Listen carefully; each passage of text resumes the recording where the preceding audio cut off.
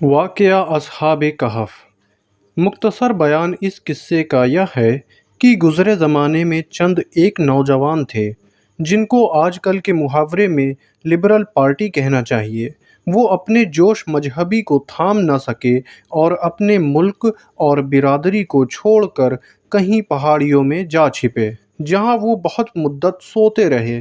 مدت مدید کے بعد انہوں نے اپنے میں سے ایک کو شہر کی طرف بھیجا تو وہاں کیا تھا، رنگت ہی بالکل تبدیل تھی۔ آخر کار وہ کسی قرینہ سے پہچانا گیا، مگر پھر بھی وہ ان سے کسی طرح ہلا حوالہ سے بچ کر اپنے ساتھیوں میں جا ملا، جہاں پر متلاشی نہ پہنچ سکے۔ شان نزول اس کا یہ ہے کہ کفار نے حضرت صلی اللہ علیہ وسلم سے یہ قصہ اس سے آئندہ ذوالقرنین کا قصہ دریافت کیا، کیونکہ ان میں قومی روایت سے یہ قصے مشہور چلے آتے تھے۔ بعض سلف کا بیان ہے کہ یہ لوگ رومی بادشاہ کی اولاد اور روم کے سردار تھے۔ اس زمانے کا بادشاہ دقیانوس نامی مشرک بت پرست تھا۔ ایک دن یہ لوگ ان مشرکوں کے ساتھ ایک میلے میں گئے اور وہاں بت پرستی کا تماشا دیکھ کر ان کے دل میں خیال آیا کہ یہ تو محض جھوٹی چیز ہے۔ پس یہ لوگ ایک ایک کر کے یہاں سے سرکنے لگے اور ایک درخت کے تلے جا کر بیٹھ گئے، اور ہر ایک نے دوسرے کے سامنے اپنے دل کی کیفیت بیان کی، اور آپس میں ان میں توحید کی برکت سے محبت کی لہر دوڑ گئی۔ انہوں نے مخفی طور پر خدائی واحد کی عبادت کے لیے ایک جگہ مقرر کر لی، مگر قوم کو پتہ معلوم ہو گیا اور وہ ان سب کو پکڑ کر اس ظالم بادشاہ کے پاس لے گئے اور شکایت پیش کی۔ بادشاہ نے ان سے پوچھا تو انہوں نے نہایت دلیری سے توحید الہی کا بیان کیا اور اپنا مسلک بھی خوب واضح کر دیا، ساتھ ہی شرک اور بت پرستی سے اظہار بیزاری بھی کیا۔ ان کی اس حق گوئی سے بادشاہ بہت بگڑا اور حکم دیا کہ ان کے لباس اتار لو، اور اگر یہ باز نہ آئیں گے تو ان کو سخت ترین سزا دوں گا۔ اب ان لوگوں کے دل اور زیادہ مضبوط ہو گئے، ساتھ ہی یہ بھی سمجھ گئے کہ ان مشرکوں میں رہ کر ہم دینداری و توحید پرستی پر قائم نہیں رہ سکتے، اس لیے انہوں نے دین حق کے لیے قوم و وطن کو چھوڑ دینے کا پختہ ارادہ کر لیا۔ بس یہ لوگ موقع پا کر یہاں سے بھاگ نکلے اور پہاڑ کی کوہ میں چھپے رہے۔ بادشاہ نے اور قوم نے ہر چند ان کی تلاش کی، مگر کوئی پتہ نہ چلا۔ اللہ نے ان پر پردہ ڈال دیا۔ اس سے بھی بہت زیادہ تعجب خیز واقعہ ہمارے نبی کریم صلی اللہ علیہ وسلم کے ساتھ پیش آیا۔ آپ ماں اپنے رفیق خاص یار غار حضرت ابو صدیق رضی اللہ عنہ کے غار ثور میں جا چھپے۔ مشرکین نے بہت کچھ دوڑ دھوپ کی، لیکن حضرت انہیں باوجود ان کی پوری تلاش کی بھی نہ ملے۔ اللہ نے ان کی بینائی چھین لی۔ آس پاس سے گزرتے تھے، آنکھیں پھاڑ پھاڑ کر دیکھتے تھے، حضرت موجود تھے اور انہیں دکھائی نہیں دیتے۔ صدیق اکبر رضی اللہ عنہ پریشان حال ہو کر عرض کرتے ہیں، حضور صلی اللہ علیہ وسلم، اگر ان میں سے کسی نے اپنے پیر کی طرف بھی نظر ڈال لی تو ہم دیکھ لیے جائیں گے۔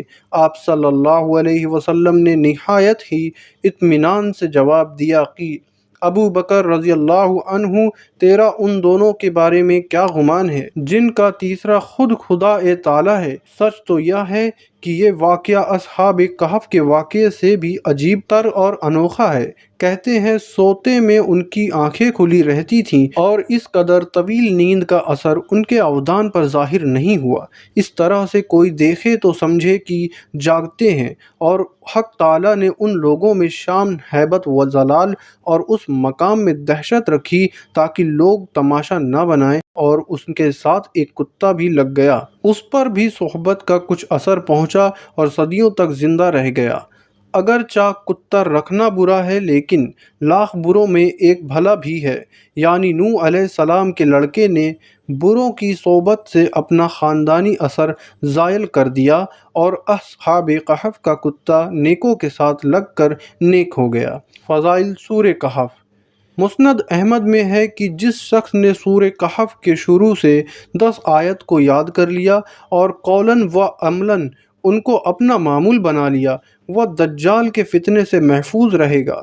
دوسری حدیث میں ہے کہ جو شخص سورہ کہف کا اول و آخر پڑھ لے اس کے لیے اس کے سر سے پیر تک نور ہوگا، اور جو اسے ساری رات کو پڑھے اسے زمین سے آسمان تک کا نور ملے گا۔